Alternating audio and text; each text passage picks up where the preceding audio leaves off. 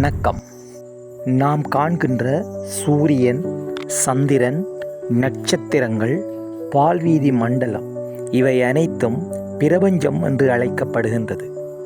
இந்த பிரபஞ்சம் தோன்றி ஏறத்தாழ 1800 கோடி ஆண்டுகள் கடந்து விட்டதாக ஆய்வாளர்கள் குறிப்பிடுகின்றார்கள். 1800 கோடி வருடங்கள் தாண்டியும் இந்த பிரபஞ்சம் நிலைத்திருக்கின்றது என்றால் அது எப்போதும் தனக்கு சாதகமானவற்றை மட்டுமே நிகழ்த்தி கொண்டிருக்கின்றது. இதுவே உண்மை. இதில் நாங்கள் அறிந்து கொள்ள வேண்டிய ஒரு விடயம் என்னவென்றால், மனிதர்களாகிய நாம் அனைவரும் இந்த பிரபஞ்சத்தினுடைய ஒரு அங்கம் என்பதே. அந்த வகையில் பிரபஞ்சம் எவ்வாறு தனக்கு சாதகமானவற்றை நிகழ்த்தி 1800 கோடி ஆண்டுகள் நிலைத்திருக்கின்றதோ அதே போல அதன் அங்கமான மனிதர்களாகிய நாமும் எம்மை சுற்றி நடக்கின்ற அனைத்து நிகழ்வுகளும் எம்மை நிலைத்திருக்க செய்வதற்கும் அடுத்த கட்டத்திற்கு எடுத்துச் செல்வதற்குமான நிகழ்வுகளாகவே அது இருக்கும். மரணம் என்பது ஒரு நிலை மாற்றமே அன்றி ஒரு முடிவு அல்ல. எம் வாழ்வில் சில நேரங்களில் எமக்கு எதிர்மறையான நிகழ்வுகள் நடைபெற்றிருக்கும். அப்போது அந்த நேரம் அது எமக்கு பெரிய துன்பத்தை விளைவித்திருக்கும். ஆனால் சில நாட்கள் அல்லது சில காலங்கள் கழித்து பார்க்கின்ற போது அந்த எதிர்மறை நிகழ்வு கூட எமக்கு சாதகமான ஒன்றையே நிகழ்த்தி இருக்கும். அது நிகழ்ந்திருக்காவிட்டால் இப்போது நாங்கள் இருக்கின்ற இந்த நல்ல நிலையிலே நாங்கள் இருந்திருக்க மாட்டோம். இவ்வாறான பல எதிர்மறையான நிகழ்வுகள் நடக்கின்ற போது அது பெரும் துன்பம் தருவதாகவும் எமக்கு தீமை நடப்பதாகவும் நினைத்திருப்போம். ஆனால் காலங்கள் கழித்து பார்க்கின்ற போது நாம் இன்று இந்த நிலையை அடைவதற்கு அந்த எதிர்மறையான நிகழ்வே காரணமாக அமைந்திருக்கும். இதிலிருந்து தெரிவது என்னவென்றால், இந்த பிரபஞ்சம் எவ்வாறு தனக்கு சாதகமானவற்றை நிகழ்த்தி நீண்டு நிலைத்திருக்கின்றதோ அதுபோலவே எம் வாழ்வில் நிகழ்கின்ற அனைத்துமே எமக்கு நன்மைக்காகவே நிகழ்ந்திருக்கும். சில நேரங்களில் நீங்கள் சில நிகழ்வுகளை தற்செயலான நிகழ்வுகள் என்று கருதக்கூடும். உண்மையை உணர்ந்தவர்களுக்கு அனைத்துமே நிகழ்வுகளே தவிர எதுவுமே தற்செயலான நிகழ்வுகள் கிடையாது. இதிலே சில நிகழ்வுகள் எமக்கு பெரும் துன்பத்தை ஏற்படுத்தி இருந்தாலும் கூட அதன் உண்மைத்தன்மையை விட அந்த நிகழ்வு தொடர்பாக நாங்கள் செய்து கொண்ட கற்பனையே அதிக விளைவையும் மன அழுத்தத்தையும் ஏற்படுத்துவதாக ஆய்வுகள் குறிப்பிடுகின்றன. உதாரணமாக, ஒரு எதிர்மறையான நிகழ்வு நடைபெற்றது என்றால் அதன் பின்னர் இது இப்படி நடந்து விடுமோ அப்படி வந்து விடுமோ என்று எண்ணம் பல்வேறு விதமான கற்பனைகளை உருவாக்குவதால் உண்மையான ஒரு எதிர்மறை நிகழ்வு ஏற்படுத்துகின்ற விளைவை விட அதன் பின் நாம் செய்கின்ற கற்பனையினால் ஏற்படுகின்ற விளைவுகளும் மன அழுத்தங்களுமே அதிகம் என்று ஆய்வுகள் குறிப்பிடுகின்றன. சரி, தற்செயலான நிகழ்வுக்கு வருவோம். இவ்வுலகிலே தற்செயலான நிகழ்வு என்று எதுவுமே கிடையாது. இந்த பிரபஞ்சம் தான் எதையாவது நிகழ்த்த விரும்பினால் தன்னுடைய அங்கமான எங்களுக்கு சில நிகழ்வுகளை நிகழ்த்தி வைக்கின்றது. அதனை உணர்ந்து கொள்ளாத நாம் தற்செயலான நிகழ்வு என்று குறிப்பிடுகின்றோம்.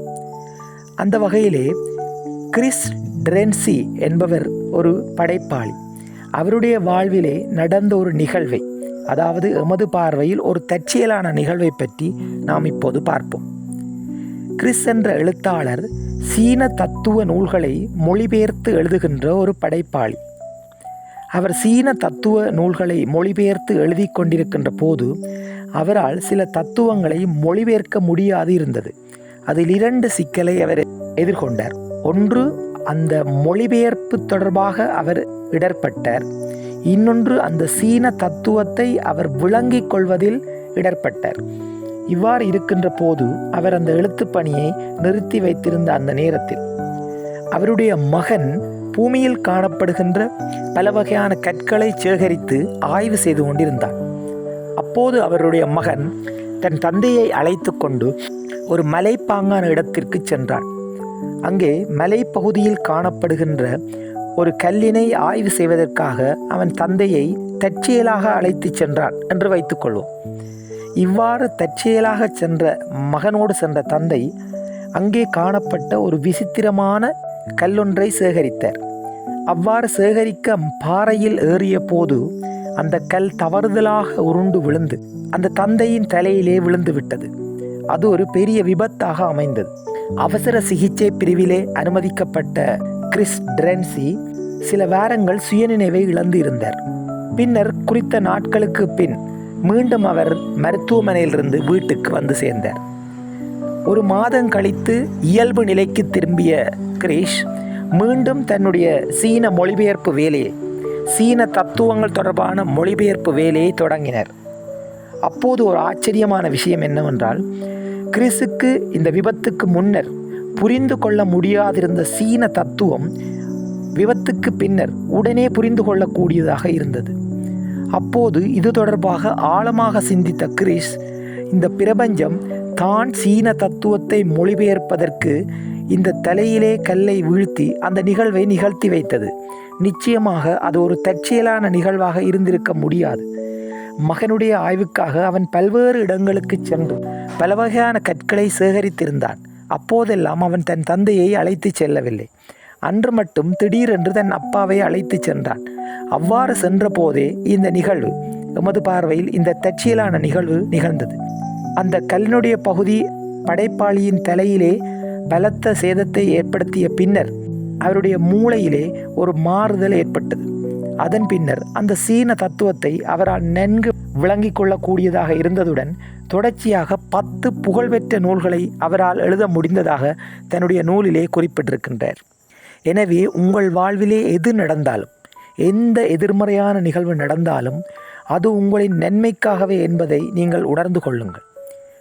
நீங்கள் அனைவரும் இந்த பிரபஞ்சத்தினுடைய ஒரு பகுதி என்பதால் உங்கள் வாழ்வில் நடக்கின்ற அத்தனையும் நன்மைக்கே என்பதை உணர்ந்து கொள்வதோடு, ஓர் எதிர்மறையான நிகழ்வு நடந்தால் அது தொடர்பாக கற்பனை செய்து எதிர்மறை எண்ணங்களை பெருக்காதீர்கள். அது உங்களை நீண்ட மன அழுத்தத்திற்கு கொண்டு வந்து சேர்க்கும். எனவே இந்த பிரபஞ்சம் எவ்வாறு 1800 கோடி ஆண்டுகள் நிலைத்திருப்பதற்காக தனக்கு சாதகமானவற்றை மட்டும் நிகழ்த்தி கொண்டிருக்கிறதோ, அதுபோலவே பிரபஞ்சத்தின் அங்கமான எங்களிலும் நடைபெறுகின்ற அனைத்துமே எங்களின் நன்மைக்காகவே நிகழும். அந்த கணத்திலே அது துன்பத்தை ஏற்படுத்துவதாக இருந்தாலும் பிற்காலத்தில் அது நன்மைக்காகவே இருக்கும் என்பதை உணர்ந்து உங்கள் எண்ணத்தை எப்போதும் நேர் மனப்பாங்கோடு வைத்து கொள்ளுங்கள். நடப்பது எல்லாம் நன்மைக்கே. எண்ணம் போல் வாழ்க்கை. நன்றி, வணக்கம்.